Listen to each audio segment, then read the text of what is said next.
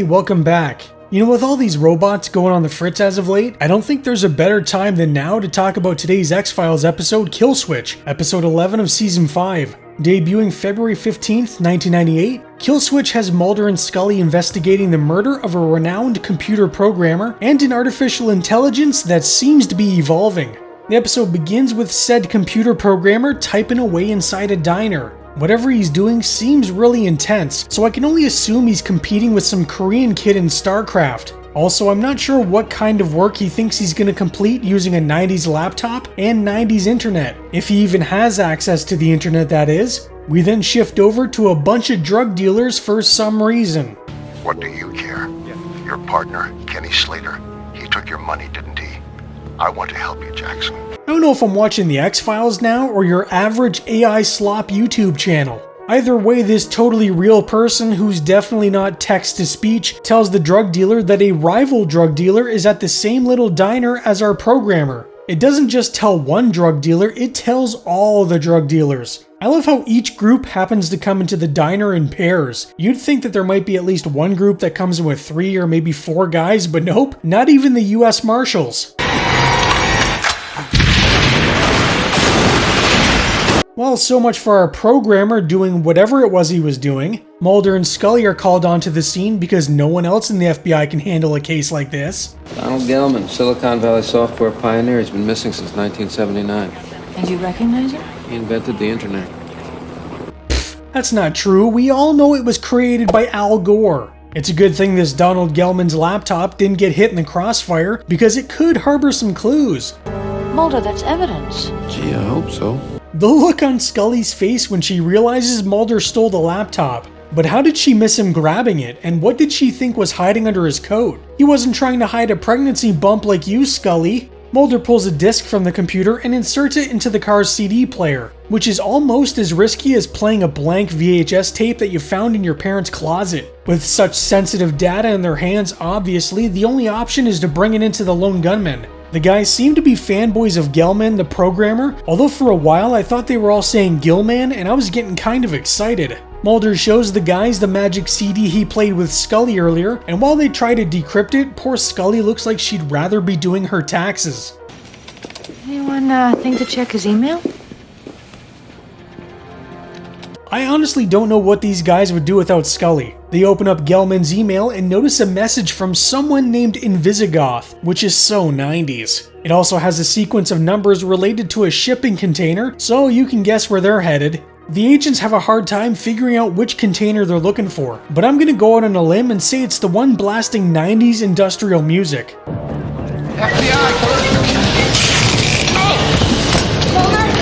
After Mulder gets tased, this woman somehow thinks she's gonna outrun Scully. Does she not know Scully ran a 3.9 in the NFL's 40-yard dash? Good luck. Scully also gets tased, but she seems to be much more resistant to it than Mulder. Anyway, Scully cuffs her while Mulder checks out what is the cleanest hacker setup I've ever seen. If this were a real hacker, there'd be pizza boxes and piss bottles all over the place. Arrest for what? Unless you've got a warrant, you two just busted in here and seriously violated a buttload of my constitutional rights. Now, I'm not a lawologist, but I don't think you can go around tasering people all willy-nilly and then cry about your rights. I love how she goes from being pissed off at the agents to telling them that they need to get out of there because a DoD weapon system is targeting them. Obviously, Mulder believes her, but Scully, this is not the time to be a skeptic.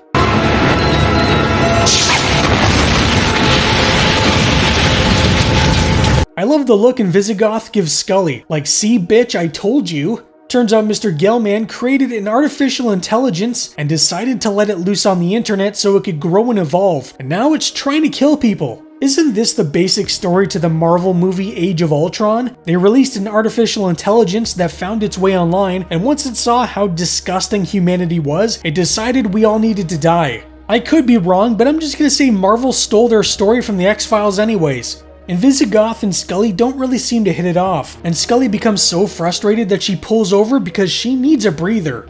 You believe this load of crap? Scully, this can't be a serious question. You're talking to Mulder. You know, spooky Mulder. Come on now. I like how she's arguing with Mulder over artificial intelligence and defense satellites, when in the previous episode she was calling him up because she needed help with a haunted doll. I don't know, Scully, one of those things feels a lot more plausible than the other. Only Donald knew where I was. And David. Who's David? David Markham. He was hardware. Donald and I were software. What the hell is she talking about? How can a human be software? Anyways, Mulder tells her Gelman was killed in what looked to be a hit, but in reality, that was the AI protecting itself from him. Gelman was creating a virus called Killswitch that would put an end to this AI once and for all. But I guess since they don't have it, there's nothing they can do to stop it now. Twilight time. That's it. That's the kill switch. Oh, well, that's convenient. They bring Invisigoth with them to the Lone Gunmen, who once again fanboy. Turns out Invisigoth is actually named Esther Nairn, some programmer who works on video games when she's not trying to be a super hacker. Your name is Esther Nairn? Do you think Scully's a bit jealous that the attention isn't on her for once? Are you gonna take off these cuffs, or do I have to do this with my tongue? You don't want to take a vote. Well, I think I know which way Scully would vote.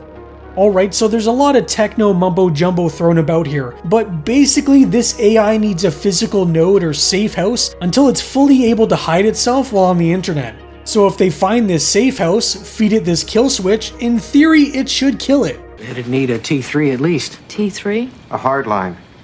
45 megs a second. Wow, a whole 45 megabytes a second? They leave Mulder of all people to find this T3 connection, but would it not have made more sense to have one of the Lone Gunmen do it? Meanwhile, Scully's taking a little catnap on the gunman's couch and notices Esther is missing. This feels exactly like the scene in Aliens where Ripley wakes up and notices the missing facehuggers. Do the Lone Gunmen not have beds? These ladies really need to talk things out. Mulder calls up Scully after finding this old abandoned house with a T3 connection, which seems kind of odd. No time for talking though, Mulder. These ladies are having a girl's day out and have no use for men. Well, except for David, that hardware Esther was talking about earlier. Mulder follows the T3 line until he comes to a random trailer out in the middle of nowhere. And while he's doing that, the ladies arrive at David's place. Or what's left of it anyways. Oh, Scully, you little sneak. Go ahead.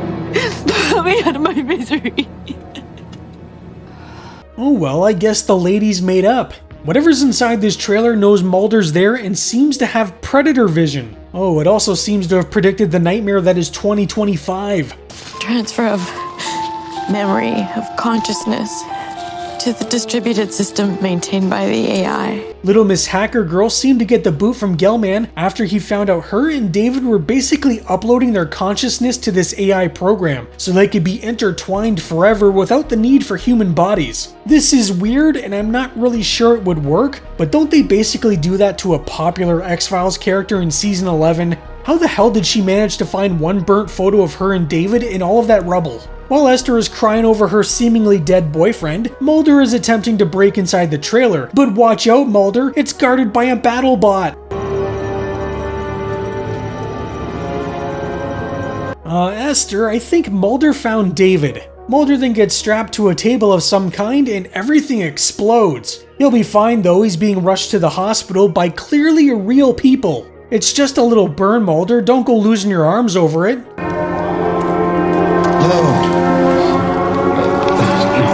There's something off about this hospital. Generally, the sexy nurses are in room 6. Back with the ladies, and Scully mentions that Mulder said he found the system located at some old farmhouse. Esther says there's only one way to cut off the T3's communication capabilities, and she starts hacking away. But couldn't they just use some garden shears and cut the wire itself? This AI seems to be hardwired into the system, so a little snip should stop all of this, no? At no point has anyone mentioned Wi-Fi. This hospital has the worst housekeeping. Anyways, Scully and Esther get stopped at a bridge and it looks like the AI found them. To make matters even worse, a damn tanker truck pulls up right behind them. I mean, what are the odds?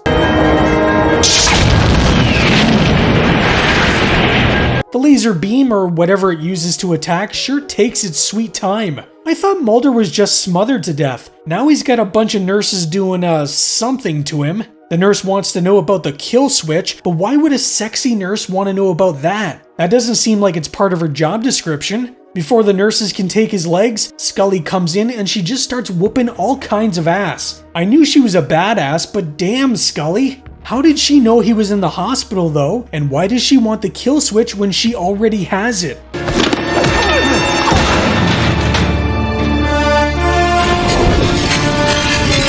Oh my god, Scully was the lawnmower man this whole time? Okay, so Mulder was in a simulation, which I mean, duh. Scully and Esther arrive at the farmhouse, and it's a good thing it stopped snowing by the time they made it to the trailer, because that might ruin the shot. Titty twister! The AI injects Mulder with something to knock him out, but where did it get the anesthetic? I guess it could have placed an order, but did the BattleBot go out and sign for the package?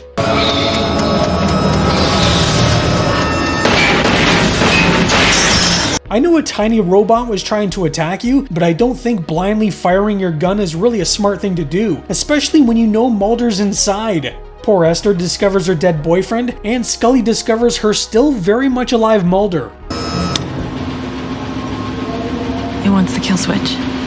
Why would it want the very thing that's supposed to kill it? Well, it's a good thing you asked. Apparently, it can use the kill switch to vaccinate itself from the kill switch. The AI lets Mulder go so he and Scully skedaddle, but Esther, she's got some unfinished business.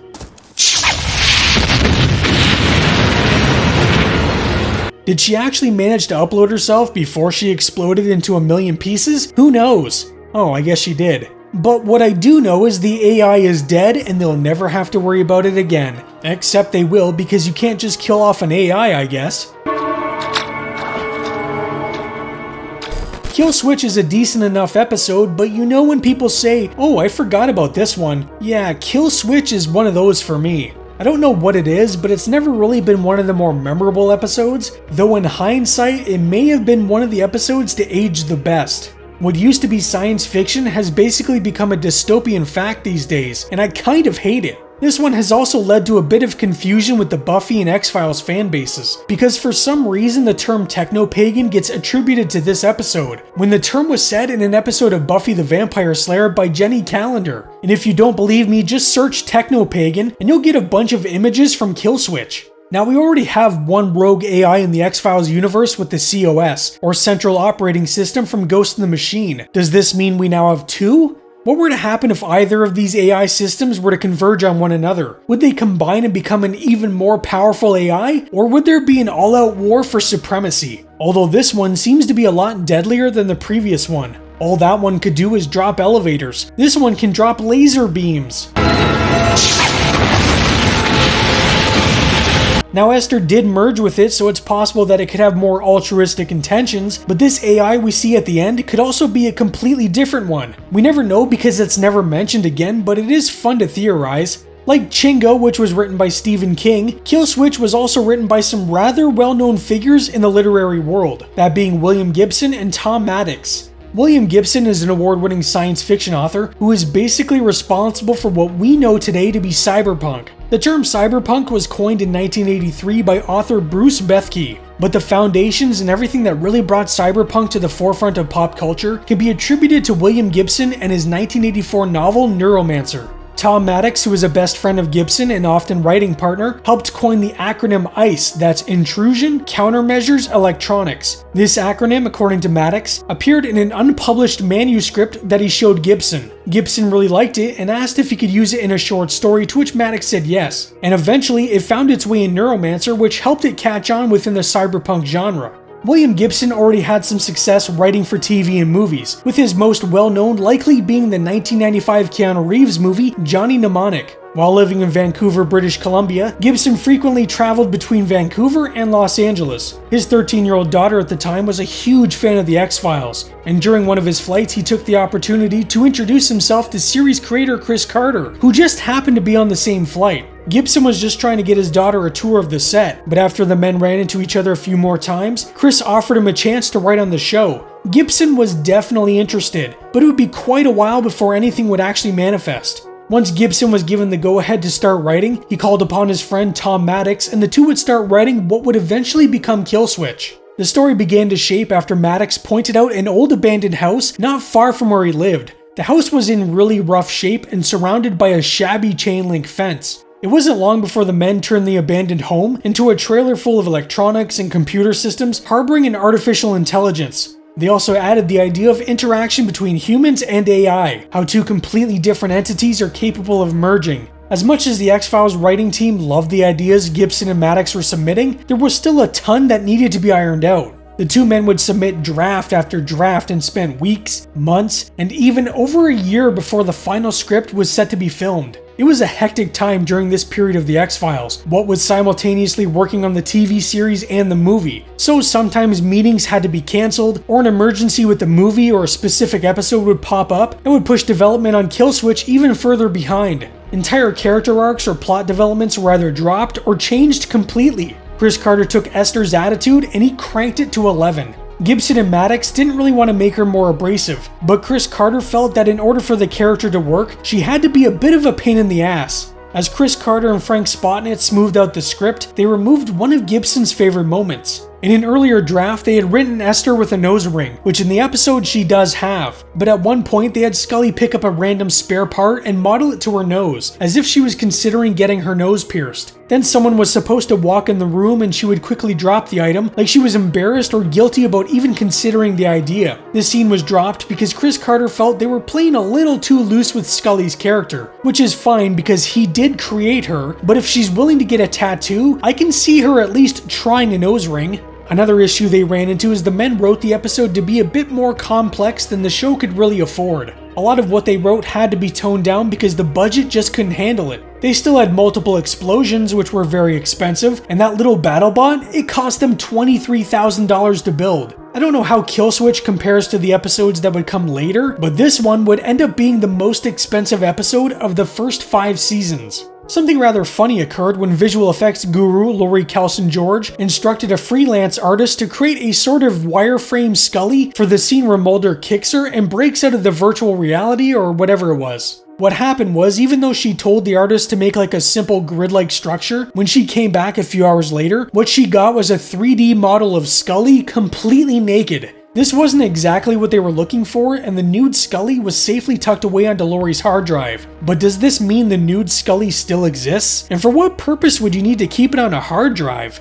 Another fun little tidbit is William Gibson claims he named the episode Killswitch after meeting the industrial rock band Killswitch Click, and then the episode Killswitch would inspire the metalcore band Killswitch Engage, which is a band I listened to a lot in the mid to late 2000s. Killswitch currently sits at 7.8 on IMDb. It's a pretty solid entry that I think has aged a little better than some, but I've never been a huge fan of the evil AI thing, so I'd probably go with a 7. Up next, we have one of the best episodes in this series' history, as Mulder and Scully both have to get their story straight after Mulder kills a teen who he thought was a vampire in the episode Bad Blood. So what do you think of Killswitch? Let me know down in the comments. Anyways, that's all for today. I hope I see you in the next one and stay spooky! Sunday on the X-Files. It's locking on. What is? Cyberspace holds a deadly secret in an episode by sci-fi master William Gibson and Tom Maddox. When you said it was targeting us, you meant an artificial intelligence. Artificial life. A special month of the X-Files continues on an all-new episode Sunday on Fox.